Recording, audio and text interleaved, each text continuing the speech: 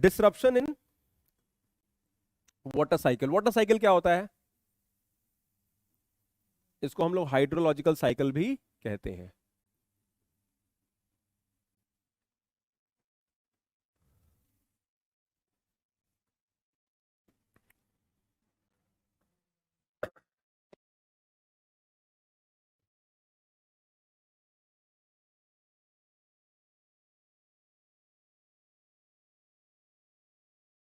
ठीक है, this is hydrological cycle, just look at it. हाँ,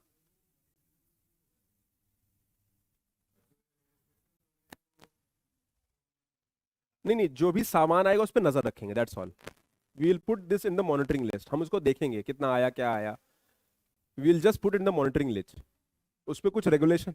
हाँ, नहीं टैक्स तो लगेगा।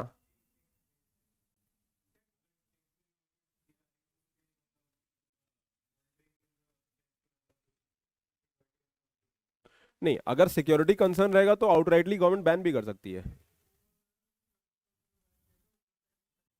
We are doing in general imports, हम जनरल इंपोर्ट्स की बात कर रहे हैं। China is just one of the country which is a question जिसपे हम लगा रहे हैं।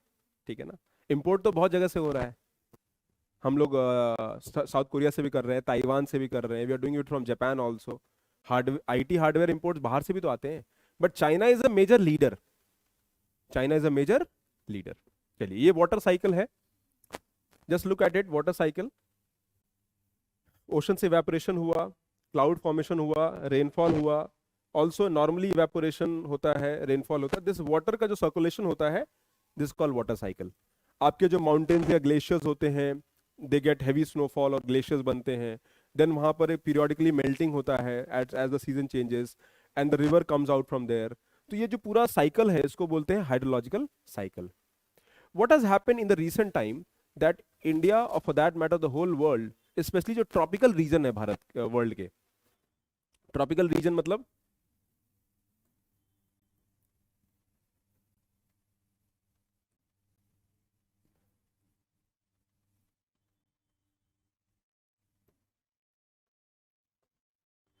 अब मान लीजिए कोई भी ट्रॉपिकल रीजन है, तो ये क्या है आपका? ठीक है, सो दिस इज ट्रॉपिक्स। कितना है, कितना डिग्री है? What is the degree? है 23.5, 23.5। ये नॉर्थ है, ये साउथ है, इसको ट्रॉपिकल जोन कहते हैं। उसके बाद ये यहां पे आता है। अब ज्योग्राफी पढ़ाने का मेरा टाइम तो है नहीं, लेकिन ठीक है। क्या होगा, कितना है? 66.5।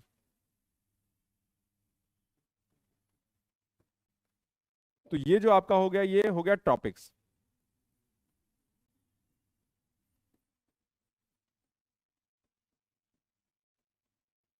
एंड दिस इज योर कौन सा जोन है? Temperate. And this is your frigid zone. ठीक है, ज्योग्राफी मेरी ठीक ठाक है, वैसे मैं पढ़ाने का मेरा एरिया नहीं, बट ज्योग्राफी ठीक ठाक है, conceptually I am sound in geography. खैर, so this is the reason. अगर हम देखते हैं तो ये जो पूरा रीजन है, ये जो ट्रॉपिक्स हैं आपके, this tropic is a region where आपका मैक्सिमम आपकी लाइफ सर्वाइव करती है। This a zone of tolerance also, इसको हम लोग जोन ऑफ टॉलरेंस ही बोलते हैं। Ecologically it is zone of tolerance, because जैसे जैसे ऊपर जाओगे टेम्परेचर कम होगा and the survival becomes difficult. तो ये जोन ऑफ टॉलरेंस है, और यहां पर मैक्सिमम आपकी लाइफ सर्वाइव करती है। आप देखिए, India is a tropical country, population कितनी ज्यादा है, but as you go to the top, hilly areas में लोग कम रहते हैं, और लद्दाख में कितने लोग रहते हैं? और भी कम रहते हैं। कैलाश पर्वत पे कौन रहता है? कोई रहता ही नहीं है। Okay, practically almost impossible to survive. So the point I want to make here is that what is happening, जो पूरा वाटर साइकिल है, इट इज गेटिंग इंपैक्टेड। और ये स्पेशली जो ट्रॉपिक्स में इसका इंपैक्ट ज्यादा देखने को मिल रहा है। And we are witnessing the issues. क्या है? Issues of climate change. इसकी वजह से क्या हो रहा है? Extreme weather events, extreme weather कल आया था ना, काठमांडू में भूकंप आया था 6.1 का, आपको मालूम हुआ दिल्ली में? अभी लास्ट वीक 10 दिन पहले भूकंप आया था। आई थिंक आप लोग क्लास में थे उस वक्त, मालूम हुआ था? ओके चलिए। एक्सट्रीम वेदर इवेंट्स और क्या हो रहा है? मेल्टिंग ऑफ ग्लेशियर्स,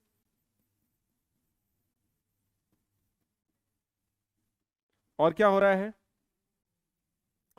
जो आपके जरा एक्सट्रीम है, यानी एक्सट्रीम वेदर इवेंट्स में जैसे extreme precipitation, extreme precipitation, precipitation आपका एक्सट्रीम है। रेनफॉल, खूब बारिश हो रही है, देखो ना दिल्ली में लास्ट बारिश कब हुई थी, याद ही नहीं आपको? When was the last date India in Delhi we saw rain? कब था बारिश लास्ट टाइम, याद ही नहीं? हाँ, 8 to 10 के बीच, उससे भी पहले।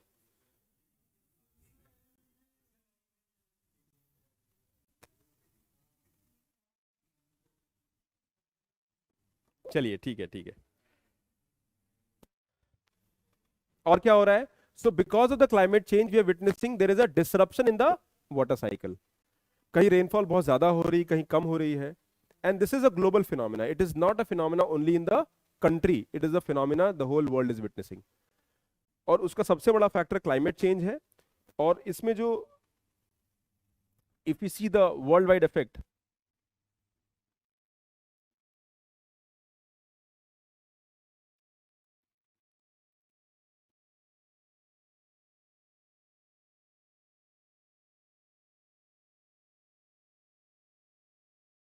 तो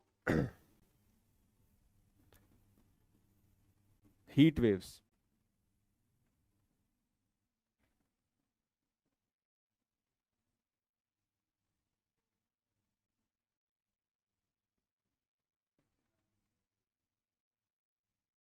हीट वेव मतलब गर्मी बहुत बढ़ रही है। अक्टूबर 2023 is supposed to be one of the hottest month of the history, मतलब हॉटेस्ट नहीं है बट हिस्ट्री अगर देखें तो October is getting one of the warmest month. और उसमें भी एक्सट्रीम है, एकदम से गर्मी हो जाएगी, एकदम से ठंड हो जाएगी, तो वेदर आपका ऊपर नीचे बहुत हो रहा है। No that is not normal and that will impact everything. So पहला तो यही है। दूसरा, यहां पर जैसे हॉर्न ऑफ अफ्रीका में ड्रॉट हो रहा है, सूखा पड़ रहा है। अच्छा, बगल में बारिश बहुत ज्यादा हो रही है, यहां बारिश नहीं हो रही है। So at one end we are witnessing high rainfall in one area, at other area we are witnessing drought situation. जैसे एल नीनो है, एल नीनो क्या होता है? It is an unusual warming of the Pacific Ocean, you know, around the coast of the South America. तो आप अगर world का map देखते हो तो वर्ल्ड के मैप में जो साउथ अमेरिका वाला पार्ट है, चिली वाला एरिया है, पेरू, सॉरी, हाँ ठीक है, पेरू है, नीचे चिली है, तो वो पूरा एरिया जो है वहां पर कोल्ड करंट फ्लो करती है, बट वो वार्म हो जाता है। ऐसे नॉर्मली ठंड रहती है बट गर्मी हो जाए, तो that is a very unusual situation, उसको ईएनएसओ कहते हैं, ठीक है ना? तो ईएनएसओ, ईएलएनएसओ ऑसिलेशन बोलते हैं। वहां पे क्या होता है, पीरियोडिकली चेंज होता रहता है। तो एल नीनो इवेंट से क्या होता है, देयर इज अ, जहां पर रेनफॉल होनी चाहिए वहां ड्रॉट होता है, जहां ड्रॉट होना चाहिए वहां पे रेनफॉल हो जाता है। तो in the area of Peru या फिर चिली कह लीजिए, वहां पे ड्रॉट होता है, तो वहां बहुत ज्यादा बारिश हो जाती है। इंडोनेशिया में या कोस्टल जो आपका ऑस्ट्रेलिया है, वहां पर बारिश होनी चाहिए तो वहां पे ड्रॉट हो जाता है। इंडिया में भी मॉनसून इंपैक्ट होता है। फॉर एग्जांपल एल नीनो क्या करता है, इट इम्पैक्ट्स इंडियन मॉनसून्स। बारिश कम होगी, और बारिश कम होगी तो क्या होगा, इंडिया विल गेट इंपैक्टेड। तो एक तो ये फैक्टर है, डिप्लीशन ऑफ वाटर रिजर्वॉयर्स,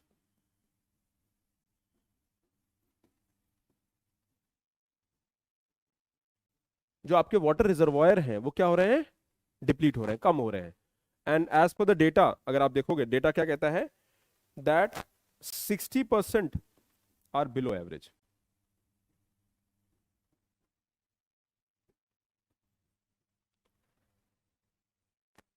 ठीक है, आपको जो नोट्स मिला है उसमें हाईलाइट कर सकते हैं, अलग से भी नोट्स बना सकते हैं।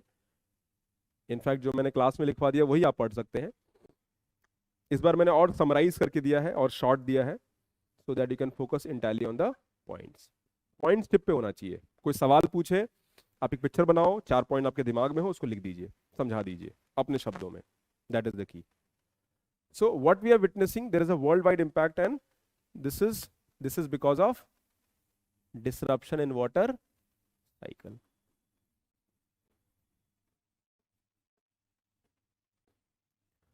दुनिया खत्म होने वाली है। क्यों? हाँ, अनप्रिडिक्टेबल चीजें हैं। सबसे आखिरी में तो मरेंगे हम ही, है ना। सबसे आखिरी नंबर हमारा आएगा, क्योंकि हम सबसे रिजिलियंट हैं। The mammals are just 1% of the entire species of the world. We are just 1%। और हम सबसे ज्यादा अडेप्टेबल हैं। कहीं रख दो, ठंड में रख दो, गर्मी में रख दो, जाड़े में रख दो, बरसात में रख दो, बॉडी का टेम्परेचर फिक्स रहेगा। कितना रहेगा? 98.6। ऐसा तो नहीं कि ठंड में टेम्परेचर कम हो जाता है तुम्हारा, गर्मी में बढ़ जाता है, ऐसा तो होता है क्या? सांप थोड़ी हो, सांप का टेम्परेचर कम अधिक होता रहता है। और अगर ज्यादा टेम्परेचर चेंज होगा तो हमें इंपैक्ट नहीं होगा, उनको ज्यादा इंपैक्ट होगा। तो because of this global disruptions the species get impacted. 99% जो स्पीशी हैं जिनका थर्मल कंट्रोल नहीं है, हमारी बॉडी का एक थर्मल कंट्रोल है, तो वो इंपैक्ट हो जाएंगे, उनकी डेथ हो जाएगी। Extinction of species will takes place, specially in the tropic region, because maximum species यही रहते हैं। उसके अलावा agricultural production will be impacted. वो सब मैं नहीं लिख रहा हूं, बट एक जनरल बात कह रहा हूं। अगर मॉनसून इंपैक्ट होगा तो एग्रीकल्चर प्रोडक्शन इंपैक्ट होगा, इंपैक्ट होगा ना। फूड सिक्योरिटी इंपैक्ट होगा। और क्या इंपैक्ट होगा? लाइवलीहुड इंपैक्ट होगा, जो भी उससे जुड़े हुए उनकी इनकम इंपैक्ट होगी। एम आई राइट? मेल न्यूट्रिशन होगा। सरकार जो कर सकती है, सरकार के ऊपर बर्डन बढ़ेगा। We have to take care of the people also. तो everything is linked and it is something that we need to take care of that. अब यहां पे बहुत इंटरेस्टिंग बात लिखी गई है, Asian water tower effect.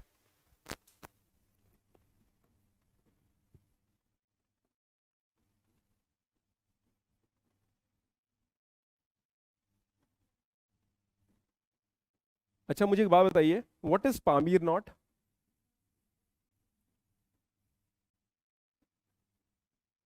Pamir not क्या है?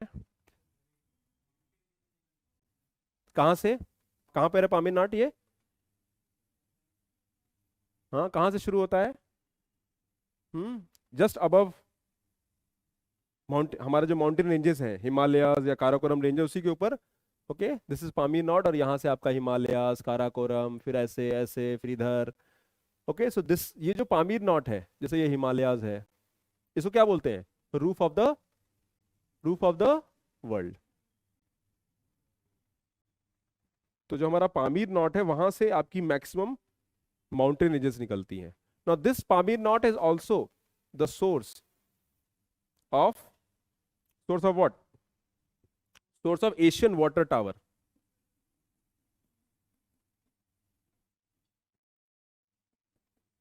कौन कौन सी रिवर्स है यहाँ पे? गंगा, ओके, गैंजेस,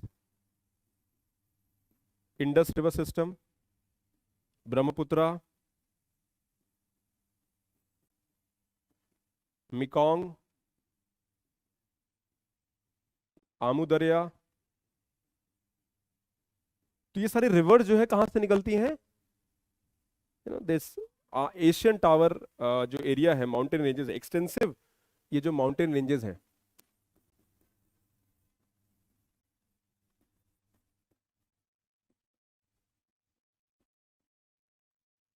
ठीक है, तो यहां से रिवर्स आपकी निकलती हैं। All these are big river ecosystem, इन पर इंपैक्ट हो रहा है। और इनका पानी कहां से आता है? ग्लेशियर से आता है। जैसे गंगोत्री, यमुनोत्री ग्लेशियर्स हैं, and from there the river Ganges starts. ठीक है ना। यमुनोत्री, गंगोत्री, केदारनाथ, बद्रीनाथ, यहां से चारों फिर मिलती हैं, और फिर वो पूरा जो इंडियन गैंजेस गैंजेस सिस्टम है उसका डेवलपमेंट होता है। वैसे ही आपका ब्रह्मपुत्रा है। देन चाइना में you have Yangtze, Yangzi है, S T S C T Z E, T Z E, ठीक है। तो व्हाट वी आर विटनेसिंग कि हमारे यहाँ जो ये दीज आर द, ये जो है these are source of fresh water, source of fresh water. ऐसा माना जा रहा है कि यहां पर क्या होगा, melting of glaciers are happening more frequently than they were happening earlier. अब ज्यादा मेल्टिंग ऑफ ग्लेशियर्स होगा तो एकदम से पानी बढ़ेगा, आपका फ्लड्स आएंगे, ठीक है। फिर फ्यूचर जो है आपका बारिश फिर नहीं होगी। ग्लेशियर्स अगर मेल्ट हो जाते हैं तो लॉन्ग रन में इट विल बी कैटास्ट्रोफिक। फिर पानी कहां से मिलेगा, नदियां चलेंगी कैसे? हाँ, तो फ्लैश फ्लड्स भी होंगे, ये सारी प्रॉब्लम्स होंगी। Okay, so this is because of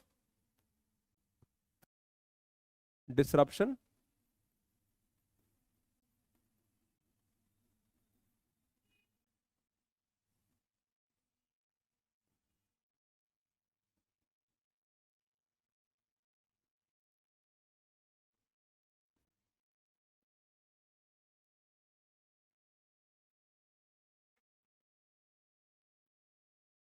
ठीक है, लिख नहीं रहे हो? लिख रहे हो, राइट। मैं शॉर्ट करके लिखवा रहा हूं, नोट्स बस रीड लगाने की जरूरत होती है, ठीक है। और फिर क्या होगा, इंक्रीज प्रेसिपिटेशन मतलब ज्यादा बारिश होगी, और क्या होगा, फ्रीक्वेंट ड्रॉट्स।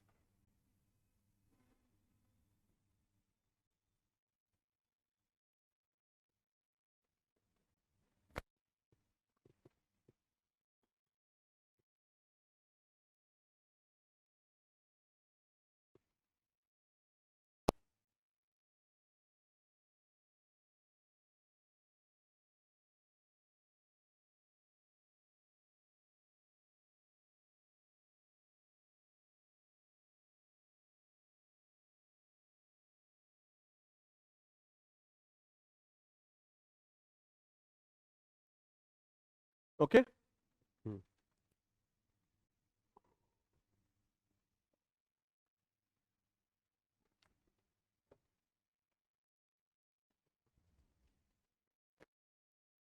ठीक है।